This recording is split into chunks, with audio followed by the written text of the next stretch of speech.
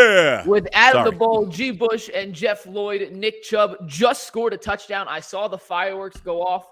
I'm looking at First Energy Stadium. Bull is ahead of us on the stream, so he saw the play in action. Yes, sir. And guys, for the first time since 1993, barring any catastrophic meltdown here in the final 2 minutes, the Cleveland Browns are 2-0. G, we'll start with you as a lifelong Brownie. Jeff will get to you next, but 29 years is a long time, man. I was 0 years old when the last time they were 2-0. Heck, I'm 41 years old, and we don't see it all that often, man. I'll take it, like I said before, we'll take it any way we can get it. But right now, the Cleveland Browns are doing what they need to do as far as learning how to win football games. I continue to say it. There was a point in time the Cleveland Browns would have found a way to lose these type games. I know they have some different things they need to clean up, but the 2-0 is the exact way we need to do it. And all that matters is we get the next win, clean something up, and we'll move to Thursday night. But so far, 2 wins. I love it. Let me tell you something, guys. Yeah. Let me tell you something, guys. Everybody said the Jets had a good run defense coming into this game. They shut down Lamar Jackson. We saw Lamar Jackson, the Ravens, just go wild today against Miami, which has a really good defense. We know that. And they're dominating that game. And what did we say all week, G? What did I'm sure you and Jeff say all week? It don't matter. Give Nick Chubb the ball. You can't stop him. He had a great first drive, and then they kind of, they were plotting a little in the running game for a good chunk of the middle of the game. But what always happens late in the game is Nick Chubb wears you down. I would have liked to see, last week we saw Chubb and Hunt together in the backfield. I don't know if we saw it at all today. Not much. Nope. None. But I did Nick Chubb just running hard, and in the end, he probably falls short of 100 yards today, but just grinding out 87 yards on 17 carries. Kareem Hunt, 13 for 58, 3 touchdowns on the ground. Chubb had another 26 yards via the air. Man, the running game. But, Jeff, Jacoby Brissett played pretty well today, too. See, this was the thing for me this week, and I kind of put this tweet out this morning. If Jacoby Brissett was going to play faster, was going to play more efficient, you saw that early with a couple of completions to Harrison Bryant. The thing you saw that impressed you with Jacoby Brissett today is, look, I don't think any of us thought he was going to be able to move like he did. And he took a lot of serious hits today low. But even though he was like trying to run with the ball, and there were so many people in his face, started to Bryant, 30-something yards, turned out to be a big, big completion. And that got the 9 guys out of the box in the second half. And guess what? You do that, that's picking your own poison, because once Nick Chubb or Kareem Hunt get 3, 4, 5 yards ahead of steam, they're going to be punishing. And Kareem, it's crazy. There's 3 guys, and I'm just going to launch myself into the air and see if I can get the first down. It's a dangerous style of football. But you see the way Kareem and Nick play off of each other. And that was key because of the play of Jacoby Brissett. 22 of 28, I think, were the final numbers. There were some big ones. We got Amari Cooper. We saw the total package that Amari Cooper. It was really exciting to see the way this unfolded. Defensively, and we're going to get this, there were maybe some lapses, or it was soft, and none of us are happy about it. But the offensive side of the ball, they need to be able to show this defense that, look, we can do what you need us to do if you guys do your thing. And the Browns were able to close it out on the defensive side of the ball. The Browns offense was, I would say, was continuous throughout the day, maybe a tiny lapse here and there. But Jacoby Brissett, the running game, getting the stars involved, even David Njoku with a key drop, which seemed like it at the time. But the key players for the Browns offense all did their thing today. Yeah, guys. Before we get into the next big bowl, real quick, we started last week's show with the emotion of Cade York kicking the 58-yarder. He just missed the extra point, Bull, so. Oh, my God, the Jets just scored a long touchdown. That is just embarrassing. Are you serious? What is going on? Long touchdown. Flacco, I don't know who caught the ball.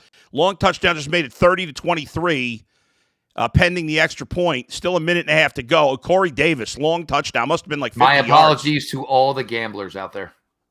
Well, they're still – that's true. If they hit the extra point, they're not going to be covering because the line was 6.5.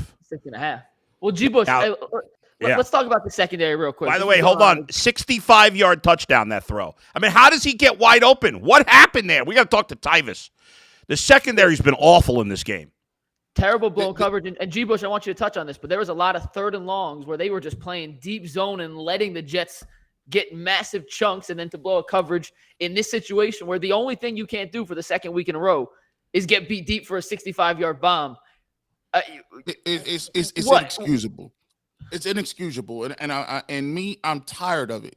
I'm tired of saying we got to clean it up. I'm tired of guys, every time somebody catches a football, they're looking around each other. Whose man is that? Who do we have? If your scheme is that difficult, pare it down. If they're doing mental gymnastics and it's slowing your players down back there, run basic coverage. I don't understand why Joe Woods consistently makes it more difficult than he needs to. You have corners that can play press coverage. You have corners that can tag and run with receivers. We don't see any of that. When you consistently give Joe Flacco an opportunity to walk down the field with these huge, big-time plays, you have to answer for that as a defensive coordinator. And now you can set a precedence with this in letting guys come back and put points on the board. And this game is way closer than it should have been. The offense had them off the field. The offense was putting the game away. And now you're doing this. It's unexcusable, man. You got to answer for that in the press conference, man. Hey, by the way, guys, how about this? The Dolphins just tied the Ravens at 35. They tied it up. The Ravens were up 35-14, I believe, at the start of the fourth quarter, and the Dolphins just scored a touchdown to tie that game at 35 apiece. So I just saw the replay. It looks like Delpit. Ward was the primary guy covering Corey Davis, and he either thought he had safety help over the top, and Delpit just was nowhere to be found. It seems pretty similar. It wasn't an out route like we saw last week with Robbie Anderson. Yeah. It seems that second week in a row, Delpit was the guy who, as Tyvis broke down for us on Wednesday, that should have been over the top on the Robbie Anderson touchdown. He was the safety on that side of the field right there for Corey Davis. Delpit made the interception last week on Baker, but guys, that unacceptable is the word, G. And Jeff, as from a receiver, you kind of understand the mindset of situation, time down, and what goes into that. So please give me some here, because it wasn't on the DB, or it wasn't on the corner. It seemed like the safety was nowhere to be found.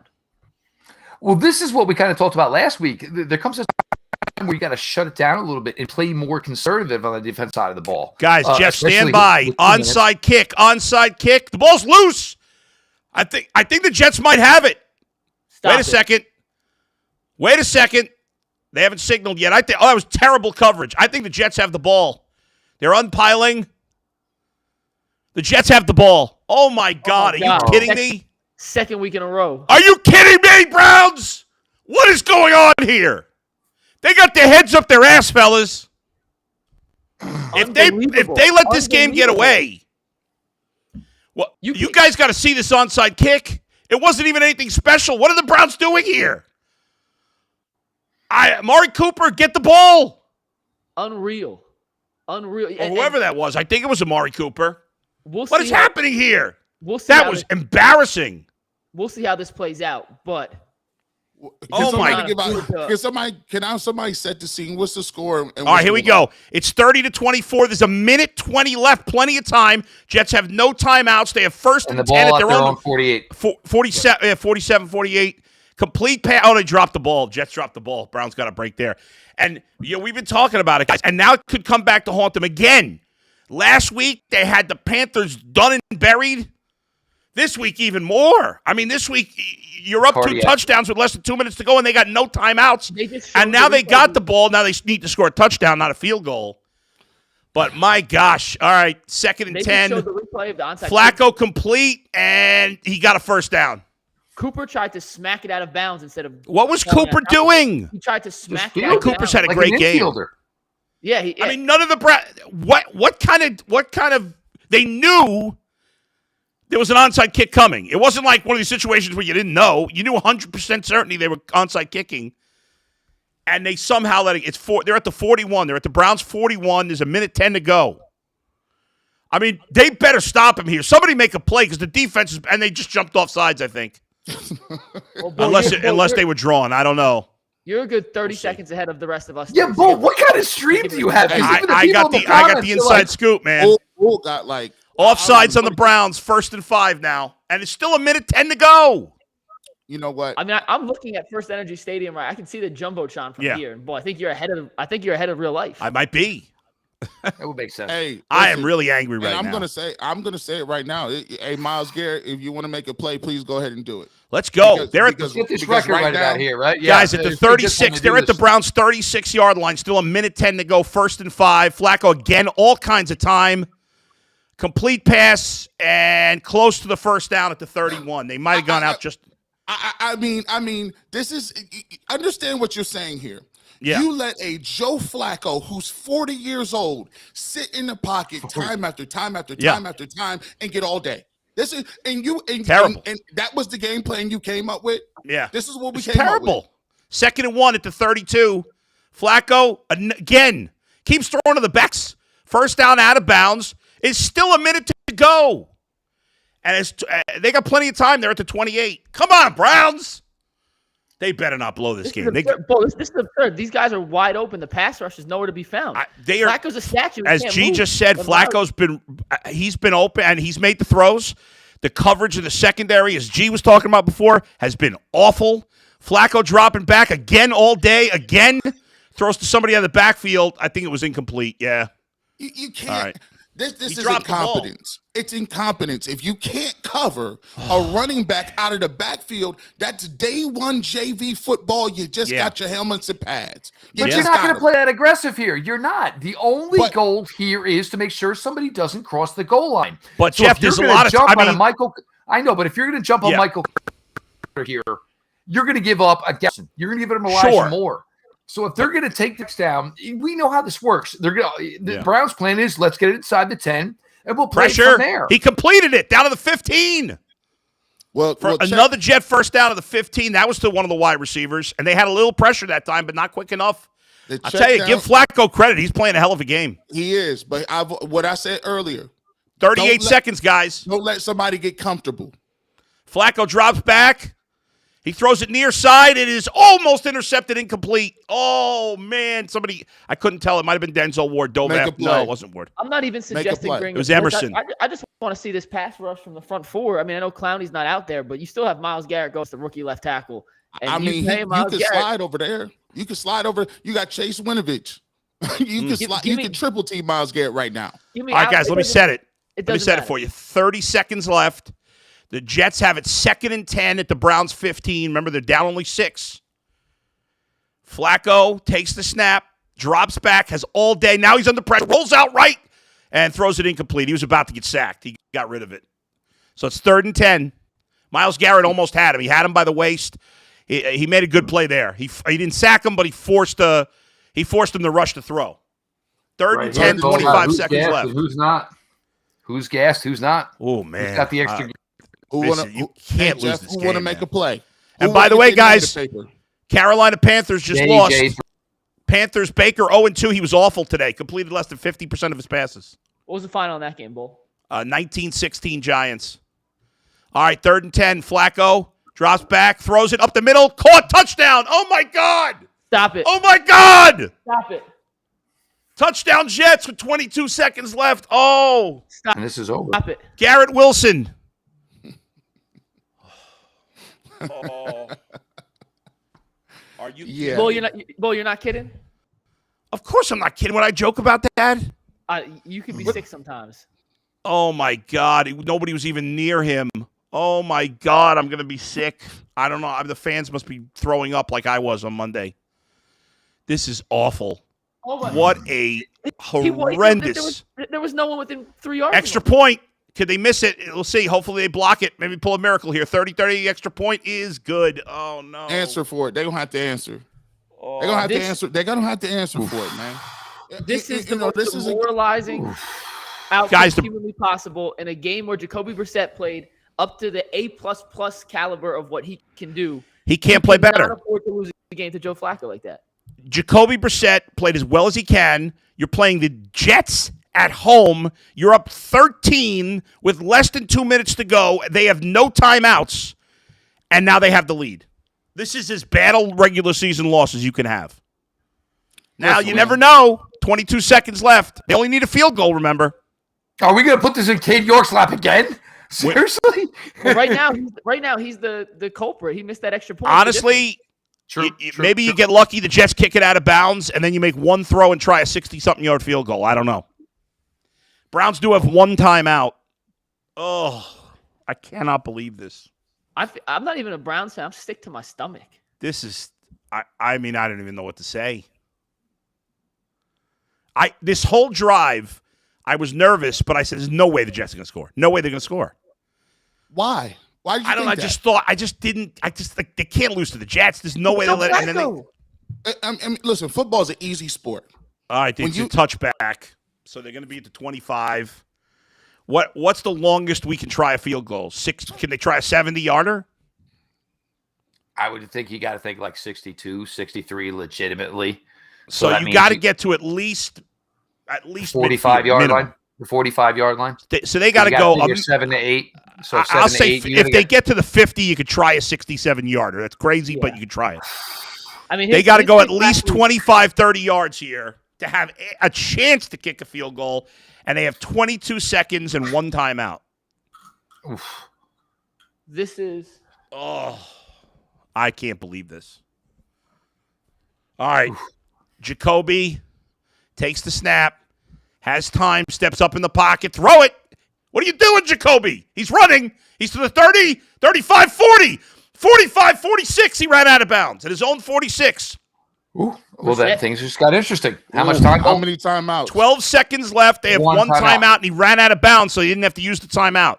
That was Brissett on a scramble. Interesting. Brissett on a scramble for looks on like an 21 old man yards. Jog. It's Jacoby Brissett. Let's be honest. They're officially spotting it. It's at the Browns 45. 12 seconds. It's at the 40. Browns own 46. Get 10. 13. They put a second back on the clock. 13 seconds. Come on, Jacoby. Get 10 yards. He drops back, has time, steps up, throws, intercepted. Oh, my God. Are you kidding me? Oh, no. Oh. My gosh. I know you're not kidding because Steve Becker just texted us and said, oh God, sick. No. First things first, no. Who suggested if it's a blowout? I'm not. There's no such thing as jinxes. There's no. One of you guys. If there are jinxes, one of you guys said first time they're going to be 2-0. Yep, we did. Oh first time my be 2-0. God! Started the stream. Yep. That's how I started the stream. I'm sorry. Yep. Let me just. I can't believe they're going to lose this game. Here's what I'm going to say. Here's what I'm going to say. Cleveland Browns organization. What a disgrace. We talked about Baker Mayfield. We've talked about Odell Beckham Jr. We've talked about Deshaun Watson. It's officially over. We've talked about all these people. It is now time to point your direction, and we're going to look at your head coach. Because I'm tired of wasting a whole doggone offseason. We wasted a whole damn offseason talking about Deshaun Watson and talk about Baker Mayfield, and he should have had people ready to play.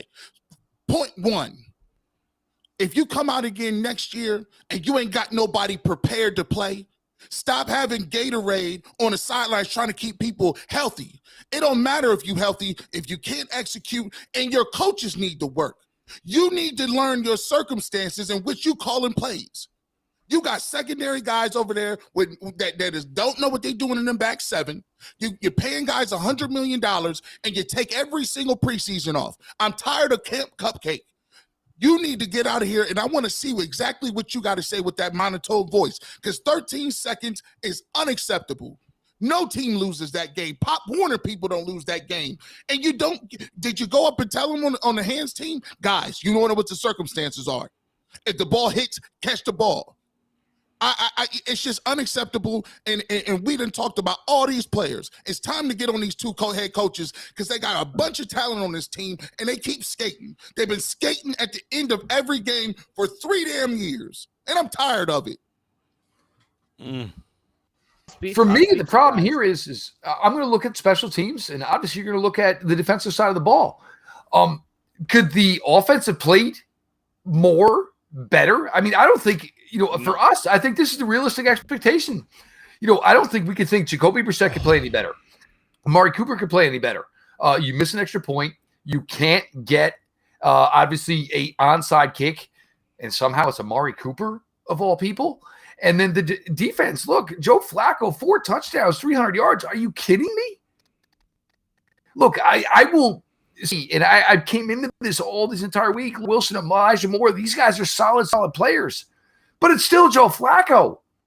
I mean, this is unacceptable. Nothing's going to change. And I see the comments. You guys you're calling for people's heads. That's not going to happen. Look, I get it. But no, this was, I mean, to lack of a better term, this was piss poor. And guys, I mean, Cade York's got to take some blame too for that missed extra point. We didn't even talk about it. Honestly, I didn't even realize he missed the extra point because we came on as they scored that touchdown. I didn't even see the extra point somehow. And otherwise, the game at least is going into overtime. I mean, so did you guys see the extra point? Somehow I missed it, the missed extra point. I did not see it live. Was it a bad snap or something? I mean, you just blew a 13-point lead that should have been 14 with 1:55 to go against one of the worst teams in football with a 40-year-old quarterback. And again, they had 0 timeouts. 0. And the offense, I can't ask the offense to do any more than that. Nope, not at all. This is all about G is right. The coaching staff has to get crushed. Not only Stefanski, G, and I know you mentioned it, Joe Woods. I mean, give me a break, Joe. You have to give me a break. You have to. If Joe Flacco's going to sit back there and have all day, oh my and God, he's throwing to rookies and backs out of the backfield. And here's my thing: I don't have a problem if you're playing close and tight, and a guy make a play on you. If he gonna go up on you, catch the ball and make a play, I don't have a problem with that. But I sure as hell got a problem if people just walking around in the back. They didn't earn that. There's blown coverages, and how can you give up a 65-yard touchdown pass and keep everything in front of you? Crazy. And here's my problem: you see him on the sideline, you look at Joe Woods' face, you look at Stefanski's face. Is they putting fear in guys? Listen, nobody behind you. They sit over here with these press blocks, looking like what are you doing? Ain't nothing on the sheet. Coach them up, coach. Good gracious, man. G, you brought up a good point. Mikey, G brought up a great point because we were so locked into that last drive and then the Browns throwing the pick by Jacoby at the end of the game that we didn't spend enough time on the fact that they gave up to start this comeback, that 65-yard touchdown pass that G just mentioned. How does that happen? Jeff, you just said on that last drive, don't worry about the dinks and dunks. You're right. Well, if they made him dink and dunk both of those drives, they wouldn't have had enough time. But how do you give up a 65-yard touchdown when the other team's got less than 2 minutes down 13? Like, that should never happen, ever. Nope. Well, never. Cover 4. Cover 4. That is all you do in that situation. Oh, my God. Nobody gets behind ours. It's a blow. It is an absolute blown coverage. And the thing is, it's Corey Davis. You're worried about Wilson getting deep. You're worried about Elijah Moore getting deep. Corey Davis, you're not worried about him getting deep. And inexcusable. Guys, let me give you a couple, real quick, Mikey, couple of quick updates because I know people are interested. The Steelers lost to the Patriots 17-14. The Ravens are up 38-35 on the Dolphins, and the Dolphins have the ball 2nd and goal with 19 seconds left. So hopefully the Browns will get a break here with all these other teams losing.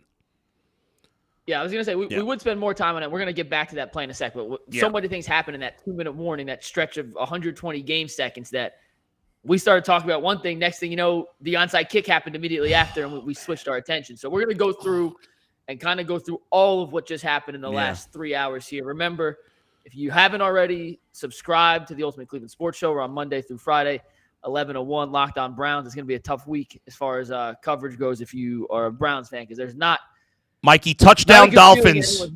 Touchdown Dolphins. Everybody's going to be 1-1 at worst. Everybody's going to be 1-1 at worst in the North. 41-38 Miami, pending the extra point, 14 seconds left. It looks like they're going to win, but I don't know. Tua threw 5 touchdowns today. Oh, my God. How did the Ravens blow this game? They were 35-14 in the fourth quarter. They hired Joe Woods. LOL. So, G. Bush, I want to start with you here. For what just happened to happen, there has to be 6, 7, 8, 9 things that all go wrong simultaneously. And they all did. Starting from that blown coverage kick to letting the Jets march down the field to then throwing the interception, not getting a chance to kick. And it goes even further back to missing the PAT with Cade York. Is there any way to put in context how brutal of a stretch that was? And as someone new to Cleveland, where does this rank in most demoralizing regular season losses you guys can remember? I mean, start with you around the horn. There's all we found, and you knew to the state. We found every way to lose a game. We got a block extra point or block. You know it. They took it to the crib. We done lost every way as possible. This is not crazy. But here's what I'm saying. A lot of what we talk about with coaching, I don't just talk about X's and O's. It's leadership. It's leadership. It's getting how many times do we see guys tell the guys, everybody in the team, come on over here. Guys, we up 13. No mistakes. Lock in. Understand your assignments. And if you got something, call timeout. If you don't know what you're supposed to do, call timeout. We cannot afford to do that. Special teams. If you gave up the big gut punch for the 65 yards, you gather the special teams, the hands team. Come on over here. Listen, guys, catch the ball, get down on the ground. No touching the ball, whatever. I see no communication between the leadership, which is your coaches, and the players. Sometimes you need to reset things. Guys, I know we missed that one, 65 yards. It's time to reset, time to get locked in, because if we get this, we salt the game away, we take it in and go home. And guess what? 30 other teams in the league do that every single week, and we can't seem to get it done. You have to ask yourself, why? Jeff? And guys, let me throw something else at you here. I just got to look. I got to look back and go to the last Brown when the Browns scored the touchdown to go up 30-17. Right? They had it. They scored the touchdown on first down, and that play ended at a 2-minute warning. Think about this, guys. And we didn't say it at the time, but I'm just thinking about it now. And it's not our job to know this. And I know you never think you're going to blow a 2-touchdown lead. But if you think about it, the Browns had just gotten the first down, right? Before the touchdown. And then the Jets called their last time out with 2:04 left. Shouldn't the Browns have just taken 3 knees? Or at least 2 knees? Or to waste some time, waste some clock? The Jets had no timeouts. So on that first down play, if they had taken a knee or whatever, now you could say, well, but if you don't score, then you're only up 10 points. But you could have gotten the clock down to like a minute or maybe under a minute, and you would have been, even if you had to settle for a field goal, you'd be up by 10 with under a minute to go, and they have no timeouts. No. No? You're not buying that? I scores, bro. I think you could play the results game, and it obviously didn't work, but they missed an extra point. Everything had to go right for the Jets for that to happen. Everything did go right for the Jets. Everything went wrong. There are so many little caveats for that to happen. Amari Cooper recovers the onside kick. Cade York doesn't miss the extra point. They don't blow a coverage. They make one more tackle in bounds. Joe Flacco doesn't turn into 2012 Joe Flacco in the playoff run in the fourth quarter. I mean, we actually got to give Joe Flacco some credit. Joe Flacco actually played a hell of a game, guys. He did, but the Browns just did he play a hell of a game, or did the Browns let him play a hell of a game? Right? I think that's where you're going with this. Yeah, I think it's both. Right? I mean, Flacco played pretty well. He did what he had to do, but the Browns secondary was awful. How are guys? These are young receivers. You said it, Jeff. I think as we were going on, we talked about it all week. The Jets have some talent at the skill positions, right? They don't have any superstars, at least not yet. They have good, young, unproven talent, right? So I get it. They're not easy to deal with. However, their offensive line is trash, and you wouldn't have known it in this game. And those Jets players looked like veterans. How are these young, inexperienced wide receivers outside of Corey Davis running around free? And how are they outfoxing the Browns? That's exactly what happened. That the Jets and their inexperienced receivers and their inexperienced offensive coordinator outfoxed the Browns defense and defensive coordinator to an embarrassing degree. Fair question. Absolutely fair question. And the Jets have the better personnel. They have more time together, played together. it was, look, I wish I could come up with something better. This is an excusable effort from this secondary, from this coverage unit. And it's not like the Browns didn't try to do everything they could for this. There were times that Browns played 3 defensive linemen and had 8 in coverage. And there was Breece Hall uncovered for a touchdown. Look, I mean, it was talked about last week about the lack of communication. And we heard that there was an improvement. We're going to work on this, and I'll go back to G's point on this. If it's to the point where nobody knows who's anybody got, it's old school. I got him. Like, you ain't hiding nothing. Who cares? It's not like you're giving your opponent advantage. I got 82. I got 26. I got 34. And that's kind of what needed to be done in some of these situations today. The Browns I'm sorry, man. And I just want to, I go back to it. The Browns have not been challenged. They have not been challenged. There's a lot of guys we got on this team that have been given roster spots. Let me tell you why they've been given roster spots. Did they beat somebody out in camp? We got a bunch of DBs that take half the camp off with hamstrings. And then they come back and they're the 1s and 2s. Hey, Grant Delpit, hey, I haven't seen it. I'm sorry. I haven't seen it. If you can't give me what I need, I'm tired of it looking at it. Because if you're not playing in preseason, my thing is, when did these guys make so many plays that said that they were guaranteed to be? John Johnson, you got a bag of money. And I'm looking at you way too many times. Like, he's been a huge disappointment. You're doing way too much. And if you got Denzel Ward and he's $100 million man, why ain't Denzel Ward locked up on their best receiver? If Garrett Wilson he's supposed to say, put me on Garrett Wilson. I guarantee he won't touch the ball again. It's too soft. It's camp cupcake. If the Kansas City Chiefs is playing their players, why the hell could the Cleveland Browns not pay theirs? I'm not going to say it's a preseason thing, but I do have two questions here, G, real quick. When we did our show and we were doing breakout candidates, you said Delpit could be the Browns version of Ed Reed. Are you just selling that stock? If that's over, you're done with that? Disappointed. He got to learn. I can't even speak on Ed Reed. I can't speak on Troy Polamalu. I need you to just learn your assignments. I need you to know who to cover. That's all I'm talking about. It's to that point. They need to go back to practice and they need to reevaluate who they have playing. Because if you can't get lined up and play without making mistakes, we are done. We can't do anything. Gee, let me ask you this. Bare minimum. And Jeff, you too. If we've been talking all offseason, Brown's got a great secondary, right? All these talented guys, right? Especially a corner. If they're so good, why are we not playing more man? That's exactly what I wanted to ask next. Why are we playing zone all the time? Especially against inexperienced receivers.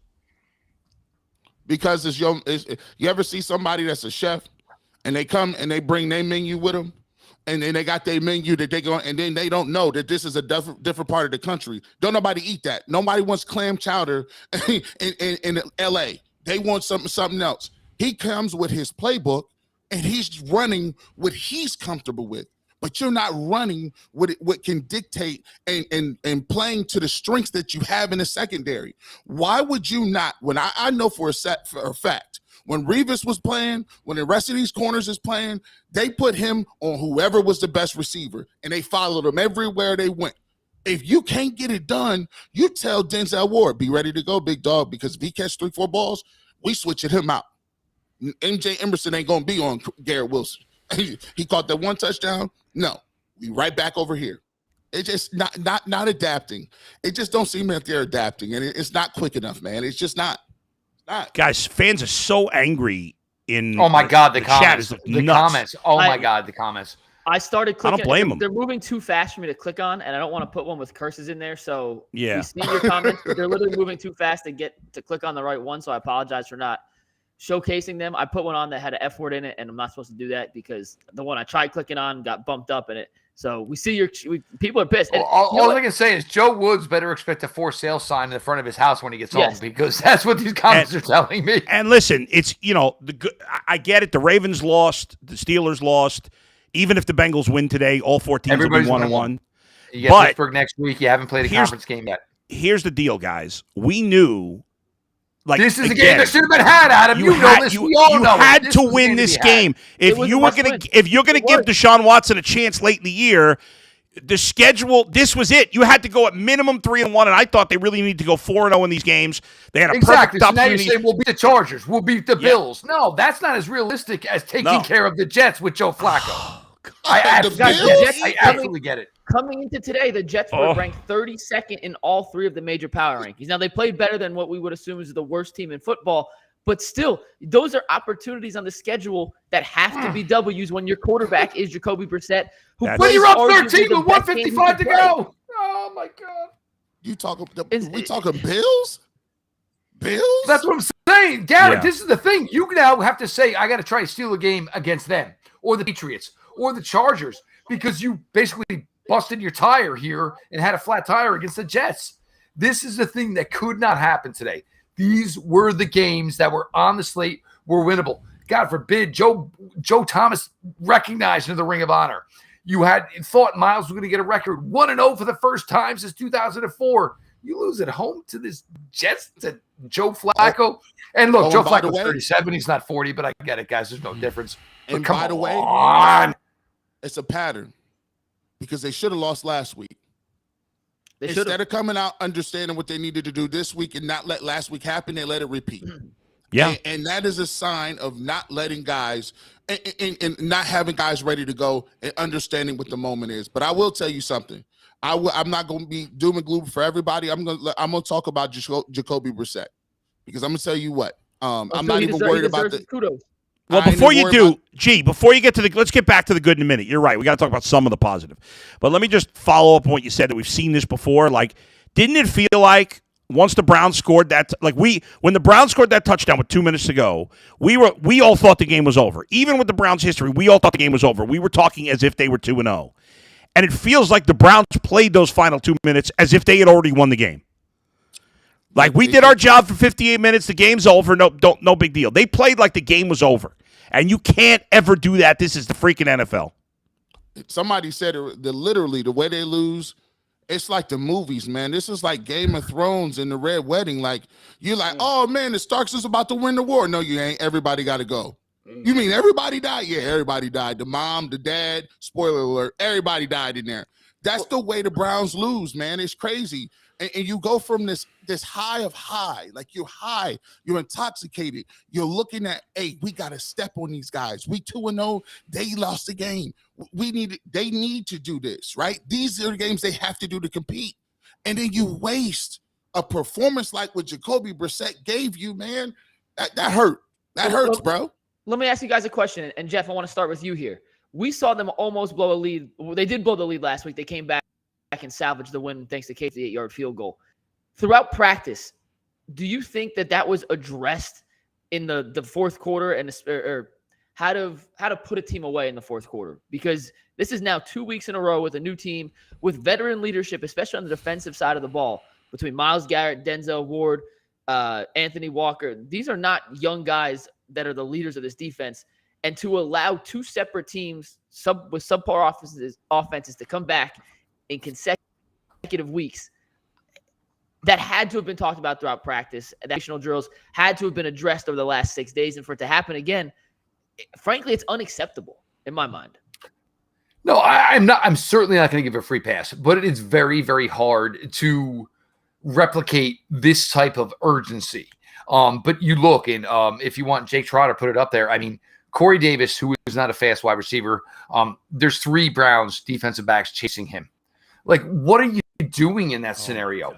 At that scenario, it's probably 3 defensive linemen and then 8 in the secondary, all 10 yards off the ball. Like, why? How does that even happen? And look, for Miles, and I understand it, these guys get gassed. You're pass rushing as many times as Joe Flacco. So you bail them out. You understand that they may not be able to get home by dropping as deep as you possibly can. The no timeouts thing, it's inexcusable again at that part. Because the Jets, yes, the game was working, but everything was to your advantage. And, look, any of us, you play in the backyard. There's 1 drive left. Okay, well, everybody go stand on the goal line. That's literally what you do in these scenarios. And I don't want to hear communication.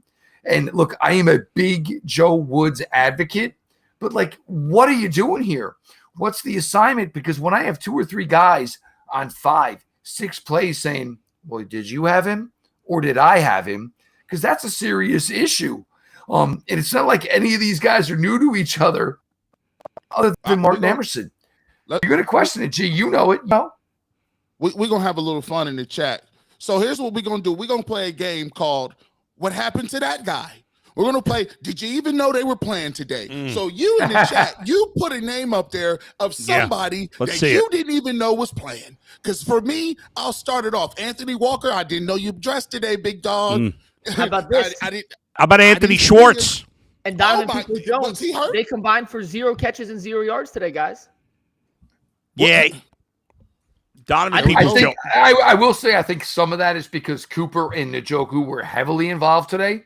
But like, where was like the whole thing was like, where is the palette? You know, the food palette of the offense. What was everybody else? Anthony and David Bell. Yep. Denzel Ward. I mean, you the highest paid corner in the game. The highest paid. So you Deion Sanders, you Darrell Revis, you're Darrell Green. You supposed to go over to Joe Woods and get on the phone and say, yeah, I make over $100 million. So here's what we're going to do. I'm tired of seeing Garrett Wilson catch the ball. I'm on him now. I mean, let's go. Take ownership. Did not know he was playing. There was a couple guys who we expected to have bigger performance and didn't. I mean, I'm not sure if Anthony Shea. I'm honest. I don't remember him being out there much. I saw Anthony early, very early, and it was like a fake jet sweep where he ran motion. But after that, I don't remember seeing him. I didn't remember seeing him. I remember seeing David. Yeah, in the end, though, again, as we mentioned before, the offense did enough to win this game. I can't blame the offense. I know they scored 30. If you told me Jacoby, the rest of these guys were going to drop 30, they should win game. This one, it's on the defense.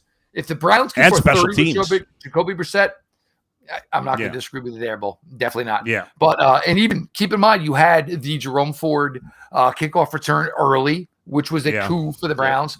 But no, I mean, if this Browns offense is going to drop 30 on anybody, you better win. This defense has way too many talented players, way too many guys, and Garrett, making the cash, making the cheddar. These guys have way too many high players on the defense side of the ball to lose this game the way they did. If Joe Woods can't adjust his offense to the defense to the talent he has, then he can't be the defensive coordinator. It's that simple. I don't understand. I mean, you got all these great corners, supposedly. Let's see them lock guys down. Who would have known you missed Greedy Williams that bad? I mean, who would have? Oh, gee, I love you to death. Gee, I love you to death. I don't know. He would have done any better. See if he's healthy, he ain't taking no. Even if he's healthy, he ain't getting no reps. Hey, and I just say this. They got a very short week. They got a short turnaround. Yep. One of the I'm not a person that like to think of I do not like to think of the bright side. Yeah. You got a game in a couple days. The Steelers' offense has been awful through 2 games. Awful. You might want to flush this because I'm going to tell you something. Pittsburgh ain't going to come in here feeling sorry for you, bro. If you can't get these guys down, Deontay Johnson, Chase Claypool, Pickens, they're going to be all ready to go in here. And myself, too, I look at it this way. They couldn't even stop the backside of the backfield. They dinked and dunked and checked down to the backs. Najee Harris will have 1,000 yards in the air, too. They got to get this fixed and immediately. And if that means going to strict cover 2 or what happened to bumper run coverage? Did they throw that away? What happened to that coverage? Bo, do you like the short turnaround coming off a loss like this, or would you prefer? I do. Absolutely. I love it. I love it because this is, right now, if you're in that locker room, I got to imagine this is a devastating loss. It just does. It can't get worse in the regular season than this. Unless for, this early in the regular season, it's not like the loss of officially knocked you out of the playoffs or something. You can't get a worse September loss than this. You're playing a team that we all assume is going to be bad with an old quarterback, and you can't. I want them to get back on the field as soon as they can. That's how I see it, guys. I want to get back on the field because it's Mitch Trubisky. This is another advantageous situation for the Browns. Look, Baker Mayfield was not ingratiated to the Carolina Panthers offense yet in week 1. Joe Flacco, look, this one came back to bite you in the ass. Obviously, there's no way around it. But would you rather Mitch Trubisky or Kenny Pickett? They're not going to start Kenny Pickett on a short week. They're going to keep going with Mitch Trubisky. 21 of 32 for 150 yards. Look, get back on the field. There is no TJ Watt. You're most likely going to start James Hudson again. And can we just say one thing? Is anybody talking about the fact that Jack Conklin is not playing for this team right now? No, they're not, because James Hudson is out there doing his job, handling his business. So Jack Conklin, maybe it'll be Atlanta in week 4. We'll see the way that works out. But you want it to come quick. You want this game to be Thursday. And you want to get out there. And look, Mitch Trubisky, yes, the mobility is there, certainly more than Joe Flacco or Baker Mayfield. But look, get the coverage right. And it's not even about Joe Woods. It's not even about coaching. The secondary needs to get together and say, yo, guys, what the hell's the deal? Because we ain't vibing. I ain't vibing. We're not picking things up. And they're all big-time players, all played in big-time situations, all played at big-time colleges. It's not necessarily on what Joe Woods is calling on them. Why are we having these gaps? Because obviously we're not getting what we need to do with each other before the ball is snapped. It's not on Joe Woods. It is. On the show this week. Players play. Coaches coach. And this is on the players. Jeff, it's for me, I look at it like this. And I always say this, and people say, well, you can't say that. If you're playing for a certain coach, you know you might mess up and you might never play again. If you play for Mike Tomlin and you bull on coverages, you might not even get your minutes back. You'll be running down on kickoff. And you already know what it is with Belichick, because they understand one thing. Everybody has to have a healthy level of fear. Everyone in the world, right? When you go to your job, they tell you, hey, if you don't do this, you need to write somebody up once in a while, because it gives them that, oh, this is real. I could get fired. I could get my spot taken.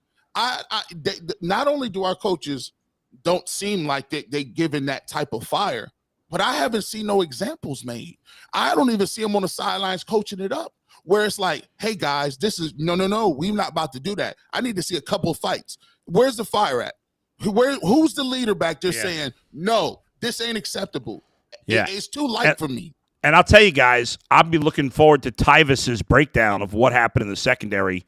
Because, last week it kind of went south in the fourth quarter, and that happened again late. But to me, the defense was not playing well enough the entire game. I mean, think about if they played a really good offense today. I thought the defense was awful the whole game. And there's no excuse for that whatsoever when you're playing an old quarterback and an inexperienced group of skill position players. And they had a makeshift offensive line. Their number one tight end was out, their veteran tight end. And we collapsed. They collapsed. It's just. Well, to put this into context for you, Bull, the Jets were only able to score a touchdown on the Ravens in absolute garbage time last week on the final drive of the game. And then Tua Tagovailoa throws 5 touchdowns. I don't know what the final score, I think 38-42. 42-38. So they put up 42 points against that team, which means Ravens defense. By the way, and the Dolphins, yet another team that are on the Browns schedule when they do not have exactly. I want to get back to something Jeff said before we pivot here to Brissett, because we do have to talk about what numbers are center for Cleveland. But you can blame this frozen shot of Bull, by the way, is epic. It is a good frozen shot of Bull. I'm frozen. He was frozen. He was just that locked in. He was just dumb. But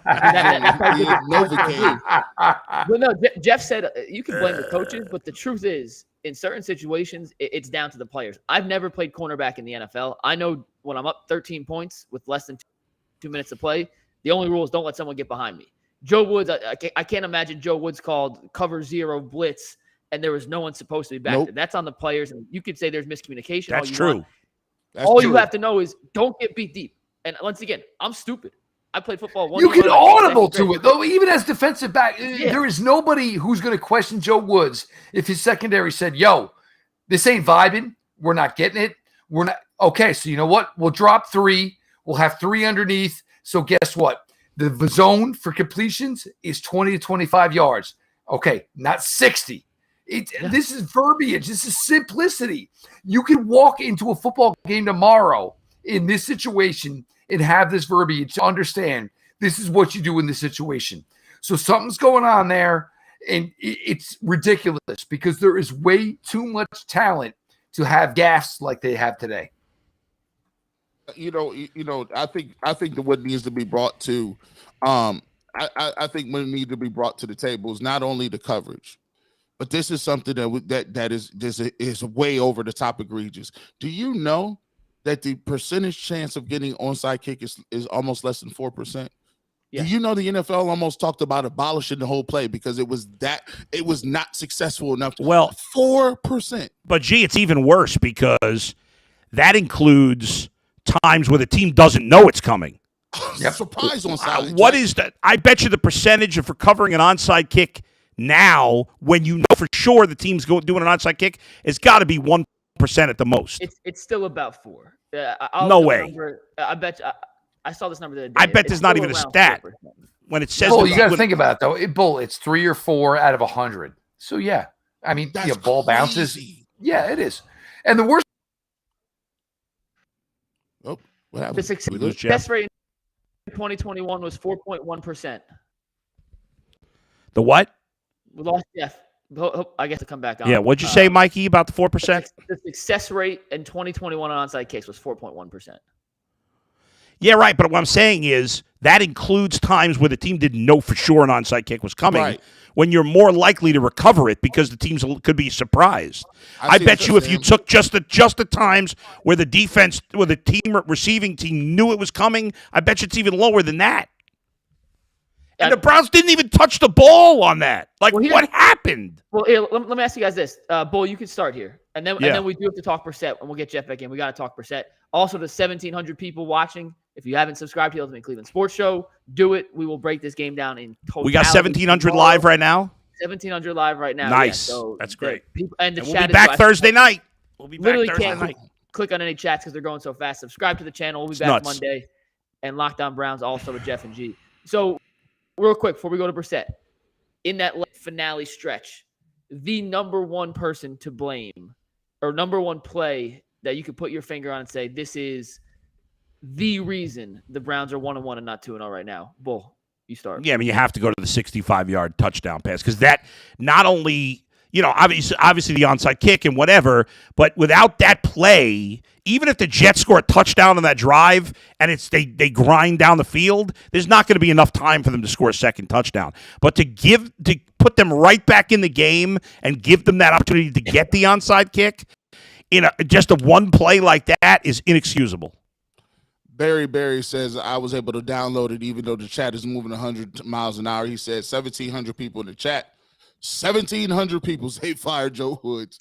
I could read the comments. I just can't click on them because then they start scrolling up, and I don't want to click on the wrong one. It's nothing. Listen, it's really. I can't even. By the way, G, I gotta cut you off for a second because some guy just said unsubscribing you guys is because our inability to call out Joe Woods. Has this guy not been listening? Whatever your name is, you dope. You're gonna unsubscribe. We've been crushing Joe Woods this whole time. CC James Keogh. Maybe if he didn't have a stupid name in the chat room, you wouldn't be unsubscribing us like an idiot. I mean.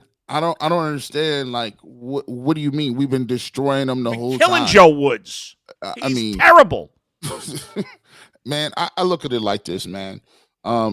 65 yards, and you don't make them take another snap. That's the motto in the defense, right? Make them take another snap. They have no timeouts. If they want to go up and down the field and throw, you're supposed to cut the sidelines off. You keep everything in front of you. And here's the thing. He didn't do a good enough job of it, right? Because here's what you could do. You put 3 safeties in the middle of the field, and you play one in the middle of the field and tell him you got everything. You could play 3 safeties in the back. You can do that. See, it's called being creative. Other coaches will do it, and I'm afraid, I don't want to say this, but to me, our coaching staff is way too cookie cutter. It's way too. It's way too. Well, G, real quick, what do you think of the first? What do you think of the first 15 plays? I made a note that the first 15 plays, their opening script, that drive, I thought Stefanski and that staff did a really good job getting creative, finding creative ways to get guys open. But after that, it went back to Manila. I like Stefanski what he did offensively. I thought Jacoby Brissett played his tail off. My problem with Kevin Stefanski is he has to understand you're not just offensive coordinator, you're the head coach. And if you see something going on wrong on the other side of the football, it's your job to go over there and say, what the heck is going on, man? We good over here? Everybody is way too comfortable, man. Listen, he's an employee. Joe Woods, I like what he did at the end of last year, but people don't get lifetime passes. If Myles Garrett goes out there and he lays an egg, I can't come and say, well, Myles Garrett was great last year. No, it's about today. And Joe Woods didn't bring that game plan against a statuesque quarterback who was not mobile, and you let him get comfortable. When you let a pro get comfortable, you're going to have a hard time stopping him, because now he got his rhythm, he got his motion, he's comfortable, his receivers, the rookies feel good that they could play in a game like that. When you let them off the hook like that, you're going to have a hard time stopping them in the end, because they're already moving now. They feel great. Jeff, the question we asked before you lost connection was, in that final stretch, that last 2-minute collapse, what's the number one thing that you're going to put your finger on and remember as the reason the Browns are 1-1 and not 2-0? Both Bull and G said that deep bomb. So if you want to just take a different route, just to give us a little variance. No, I agree to it, but it's the coverage that's showing. We did this last week. Make you go 12, 13, 14 plays. Not give you the opportunity for Robbie Anderson or for this week Corey Davis. That is the issue. Like you need to coach to gain circumstances. Stefanski, the offense, they did that. They did it the entire day. But when you get to this point, and look, 1:55 to go, up 13, and look, I don't even care about Cade York's miss. 1:55 to go. You're up 13, and you give up 14 points, 2 touchdowns on the defensive side of the ball. I don't even care about the fact that Amari Cooper didn't get the extra. That first drive for that touchdown for the Jets should have taken the entirety of what was remaining on that clock. Yep. Not the fact that you got a second shot to go back and get the game back. Look, whether it's the players themselves in communication, whether it's the play calling from Joe Woods, we're talking about a first-round pick at corner, another first-round pick at corner, a third-round pick at corner, John Johnson, a huge, huge signing in free agency, Grant Delpit, a second-round pick. It's absolutely inexcusable that with 1:55 to go, with no timeouts, the Jets went down the field twice and scored touchdowns through the air. So what is the issue? Is it play calling? Is Joe calling what is not best for the secondary? Is this secondary not communicating like the way they should? Look, 100, all of it inexcusable, because you cannot, and this is another one, put on the pile of Browns losses that just make you want to, this is another one, because how, in that scenario, do you come out on the wrong end of this game? Bull, on Friday, you said there was no excuse to lose this game. None. He's absolutely right. There was no excuse to lose this game. You cannot. It's home game against a bad team, and then on top of that, you're at a 13-point lead under 2 minutes to go. There is no excuse. And, I don't know, guys. I think the Browns have to look at themselves in the mirror, both as players and coaches, and maybe, I've rolled my eyes when people have said, well, maybe Kevin Stefanski should give up the play calling. But, maybe part of the reason the defense is falling apart late in the game is because Kevin Stefanski is not focused on the right things when the defense has the ball. Maybe he's thinking about the offense too much. The head coach has to be the caretaker. Belichick doesn't call plays. Tomlin doesn't call plays. Neither does Harbaugh. And these are the best coach. Andy Reid does. I mean, he does. Yeah. But Andy Reid's an offensive coach. Harbaugh has a special teams background. Yeah. The other two come from a defense coordinator background. But look, there's nothing wrong with saying, Joe Woods, hey, look, I understand the pass rushers are gassed. Send JOK up the middle, a zero blitz. Like, do something, because they never do that. They can't move. That is where your point is true, Bull. That is where your point is true. How about some creativity here? Because whatever we've been doing to this point, it's not working. Jeff, I'm gonna give you this. I'm gonna be honest with you, man. Maybe Joe Woods has a lot to do with it, but for me, until further notice, they're not that good. They are that good. They are that good. There's an issue here. There's a significant issue here between coaching and what is being done on the field. There's an issue there. But you can't give a pass to the players. The players don't get a pass, Jeff. I am not giving a pass to the players. But keep in mind, in 2020, when it was Denzel Ward and nobody, Andrew Sendejo, a whole bunch of bums, there's an issue between what is being called as opposed to what is the strength of the talent you have. Because this is inexcusable. It's embarrassingly bad. So either Joe Woods is calling schemes that do not fit his personnel, or his personnel is not executing the scheme that is called. There is a big dysfunction here. I don't know what it is, but there is. What I'm saying is at the end of the day, I'm the biggest Joe Woods critic in the game. I was calling him out 3 years ago. My point is this. I don't see guys making. See, if a defensive back knocks a football down and don't intercept it, that's a play you make. I don't see enough people saying, no, it's on me. I'm a playmaker. Just being in your position don't count. Just being on. Hey, coach, I was in my gap. Did you make a tackle? No, I was in my gap. That don't help us, son. I need playmakers, and I don't see enough of them on defense right now. Because when we play other teams go out and make plays. Joe Flacco made plays. Garrett Wilson made plays. We didn't have that. We didn't have, when the game was tight, somebody said, I'm the guy. I'm the man. I'm going to get a turnover. I'm going to get a strip. I'm going to get an interception. We didn't have it. And until we can get that to happen, everybody else there is cashing checks and being mediocre. You need more than mediocre if you want to be what you want to be. Yeah, in fact, they were the opposite. Guys were running free when the game was on the line. And, we thought, or at least I thought, guys, that the Browns would learn from that way the defense collapsed in the fourth quarter. Instead, it went the opposite. They played the entire game kind of like they did in the fourth quarter. The Jets were pretty much moving the ball at will for most of the day. And again, the Jets had a makeshift offensive line. They had a rookie tackle on one side and a not good veteran who just moved to left tackle this week. And there was very little pressure put on Flacco. There was very little impact behind the line of scrimmage, either in the run or the passing game, and that's really disappointing. No doubt. Like we said, we get to the good. I think Jacoby Brissett played with pride. I thought he was an example of what happens when you get eviscerated. Because last week he was on the end of these conversations. People was basically about to put him 6 feet under. And today he came out with a sense of urgency. He threw the football with accuracy. He ran the ball, made plays with his legs.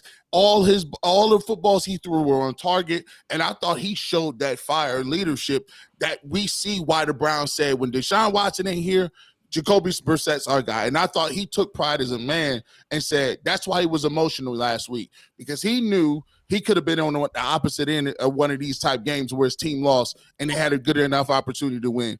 I'll congratulate Jacoby Brissett, because that performance, he didn't look like no backup today. He was putting the ball on the money and he was dealing and he let it go and ripped. And I thought this was a great turning point for the team with that type of performance moving forward. But unfortunately, we talked about why it didn't. But to me, Jacoby Brissett was brilliant today. Jacoby Brissett was solid. Amari Cooper was fantastic. Go ahead, Mike. Great game. Yes. Great game from Amari Cooper. Let me say this, Jeff, and then I'm sure you can tag on with it. But except on the onside kick. Jacoby Brissett A game isn't on the same level as some of the better quarterbacks. But today, Jacoby Brissett played an A+ game for Jacoby Brissett. And when that happens, the Browns needed to capitalize on those opportunities. I still want to see him. You can't tell from the TV angle where his eyes are looking, but everything was within that 15, 20-yard bubble. That's just how they're going to operate. I don't think you could ask for more than. But here's the thing, though, as far as the vertical game. This has been for the entire Stefanski regime. And we've talked about this a ton. It seems like they play an arena football league type game. Every now and then, just let it rip. Even if it's incomplete, you got to let people know we're going to challenge vertically. You have to do it. And this has been something that's gone on for 3 years now with Stefanski. And like, it's great to go 24 of 28 or 29. I don't know what the final numbers were, over 200. And in the late interception hurts, but where is the 18 completions, 19 completions where your quarterback threw for 305? The Browns cannot get the ball vertical in the passing game. And this has been the entirety of the Stefanski regime. That's partly, I think, that their receivers are more possession-type receivers than real natural burners, except for Schwartz, who, like you said, we only saw on the field for a couple You can't plays even today. say Schwartz is – I mean, he's – But they had Odell he Beckham barely Jr., played. but they had so many other guys, and Donovan every now and then can do it. I has been on this year's team, Jeff, especially with Brissett at quarterback, and I think when Watson – Well, the rumor is that he's big vertically, and he has a big vertical arm. But you got to throw it. Jeff's right, though. You got to take a chance a couple of times. Just keep at him least. honest. Exactly. Just to keep him honest. And that'll get 9 guys out of the box, 8 guys out of the box. You don't have to complete it. But it is, throwing darts and trying to go 13, 14 plays. Where's the 5 for 75-yard drive that we see so many NFL teams succeed with? I don't care that it's Jacoby Brissett. It's still, every now and then, you should be able to back into one. Listen, I would like to personally and in the end, all Cleveland fans for that. Real quick, Bull, because Yeah. A&M has the same issue, and I like A&M. So football teams I support just refuse to throw the ball past 20 yards of line of scrimmage, and Jimbo Fisher's getting ripped apart in College Station for that exact same issue. Well, look, I love Brad. I love Florida State. I love Brad Johnson. I love his kid, but they don't have the guy who can necessarily do that. All right, you talk about nobody cares. Nobody cares about that. There it is. That's the way to say it. Oh my God, Texas! It's bad enough. I mentioned the Ravens score, a division rival, and people were yelling at me. You're talking about Texas A&M. No, I was just saying that offensive style fouls. But Bull, this is the most we can expect from Brissett. I'm not sure he can play a better game. He can't start to finish than he did today. No, he can't. The game is not on Jacoby Brissett at all. No, let me just be honest. No way at all. We shouldn't even mention it. We shouldn't even talk about it. No one's blaming Brissett. We're just talking about giving kudos where it's due. He played. Yes. By the way, we all lost. We all lost the headlines because nobody had the Jets winning. No, and we did. 2 of the 3. And I'm going to play the part of Bull last week. The Bengals are currently down 14-3 to the Dallas Cowboys. I see that. I got it on. The Cowboys just marching up and down the field so far. So, we got 5 minutes left, guys, before we wrap up here. We'll be back on the Ultimate Cleveland Sports Show, Lockdown Browns, coming up after this and tomorrow, Monday, Tuesday, Wednesday, short week with the Steelers coming in on Thursday. Get that working, baby. Take it away. It's almost your final take here. All right. So this is as bad as it gets. I mean, you cannot have a worse loss in September than this. And Browns fans know pain, they know misery, they know suffering. And this is going to be another one. And at the end of the year, if the Browns fall one game short of the playoffs, and maybe they won't even be close, or maybe in the end it won't matter. Either way. But if we're down the stretch and and the Browns are in the hunt and Watson comes back and he's playing well and they end up falling one game short, we're gonna look back at this game and say, how the hell did they lose to one of the worst teams in football with a backup 37-year-old quarterback with a 13-point lead? And let me tell you something else. I love Cade York. He's a good player, but he missed that extra point. And Browns fans, let's stop with people going bananas for a kicker. I mean, we're doing chants for a kicker. We got to be better than this. It's embarrassing. All right, let's stop singing songs for a kicker. I've never seen a fan base more obsessed with it. I'm annoyed about this, especially because he missed the extra point. He's got to make that kick. I don't care about his 70-yard field goals in practice. I need him to make that extra point. But ultimately, the defense sucked. All right? And we talked about that the defense had to carry this team. And the offense did more than you could have possibly imagined today. The offense has done their job, and the defense for the last 5 quarters has been awful. In the last 5 quarters, they've given up about 40-something points, 40-something points in the last 5 quarters to Baker Mayfield, who completed under 50% of his passes today, and Joe Flacco. And this was we were talking top 5, maybe the best defense. Right now, this defense sucks, and there's no excuse because unlike the offense, which has a new quarterback and new receivers and injuries on the offensive line, the defense is 100% healthy with no new faces outside of Emerson, right? It's all guys who have been here last year. The coach has been here. Everybody. They got no injuries except for Greedy Williams, and who cares about that? There is no excuse. If they play this way against the Jets and the Panthers, how are they going to play against the Chiefs and the Bills and the Bucks and the Dolphins and the Bengals and the Chargers and the Ravens? Are you kidding me? Man. Jeff, you're up. 1:55 to go. You are up 13. Your opponent has no timeouts, and somehow you lost this game. There's no answers. And this is what every one of them is going to face when they stand in front of a microphone. How do you lose under these circumstances? It's inexcusable.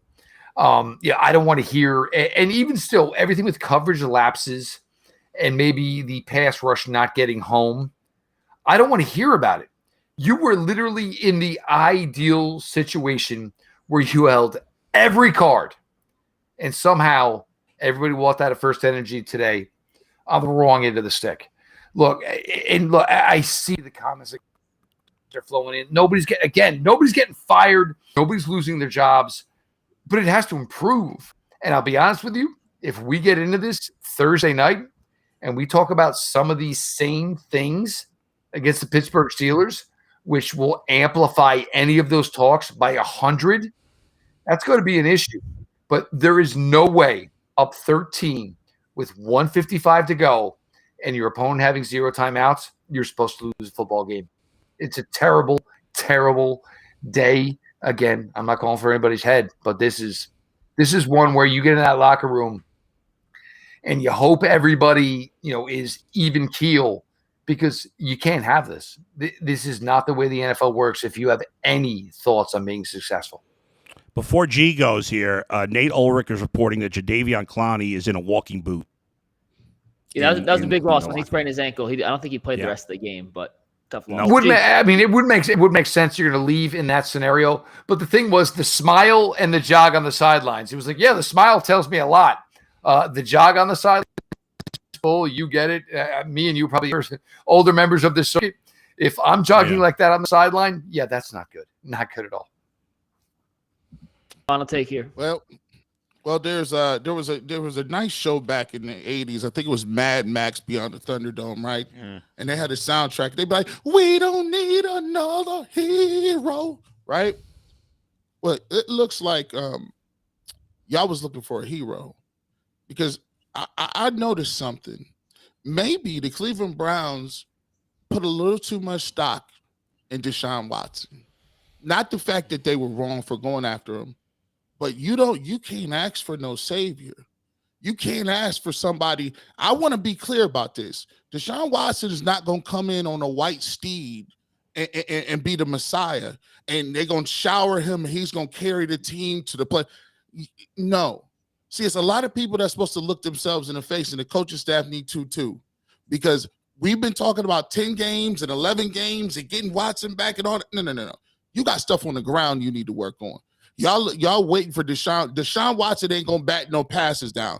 Deshaun Watson is not going to come on the field and get the safeties lined up. Deshaun Watson ain't getting turnovers, and he sure as heck ain't going to come back and recover onside kick. People have gotten a little bit too complacent. I don't see the fire, and sometimes it's going to take losses like this to get you back on the page and understand where you at. Because I'm going to be honest with you, the clock is ticking. They might not get fired, Jeff. I ain't asking for nobody's head. But when I start stacking these numbers up, you find a way to keep losing to the Chiefs. What's the difference between this and fourth and 14 to Chad Henne? You let Chase McSorley come in while Lamar Jackson was out doing what he was doing. And by the way, you guys have both said we're not calling for anybody's head, and I agree with you. It's too early in the season. But if Joe Woods doesn't get this defense on track soon, he has to be fired, because they are paying a ton of money to a lot of guys in this defense. They have the players, and the players you can't fire all the players.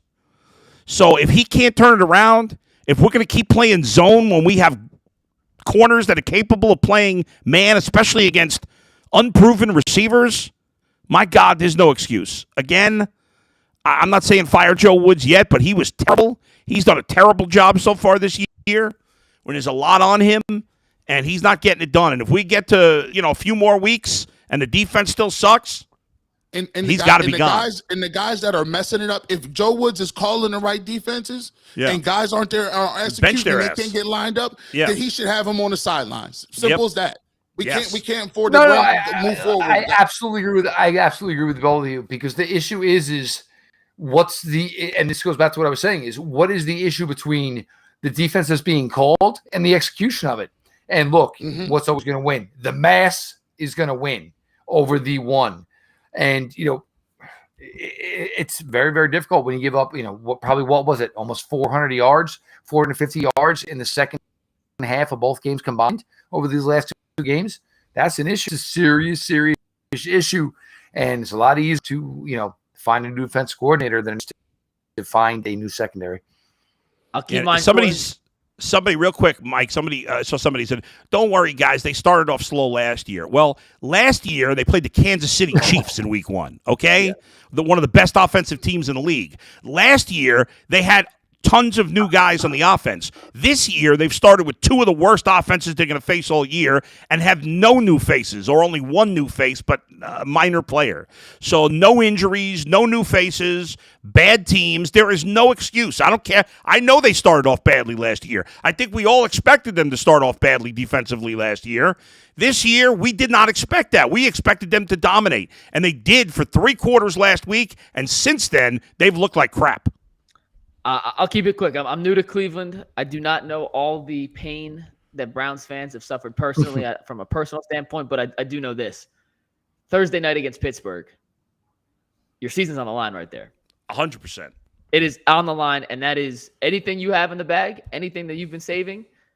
Conklin, short week, don't care. If he's good to go, if Hudson's not been the issue, all cards on the table. You know what? I don't even care about Conklin at this point. The guy can't stay on the field. On the broadcast, Spiro Ditas said,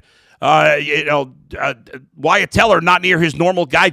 Not near his normal guy. I don't remember the last time Jack Conklin played.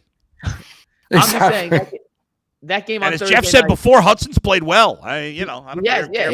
I'm just saying all cards on the table Thursday night. You cannot start the season 1-2 with this schedule and expect to have any chance at competing for a playoff spot when Deshaun Watson comes back. This is a must-win against a quarterback in Mitch Trubisky, who through 2 weeks has looked as putrid as any quarterback in the NFL. You take Jacoby Brissett 100 out of 100 times over Mitch Trubisky right now, and there's not many guys that left on the schedule you would say that for. Thursday night, all on the line at First Energy Stadium right there.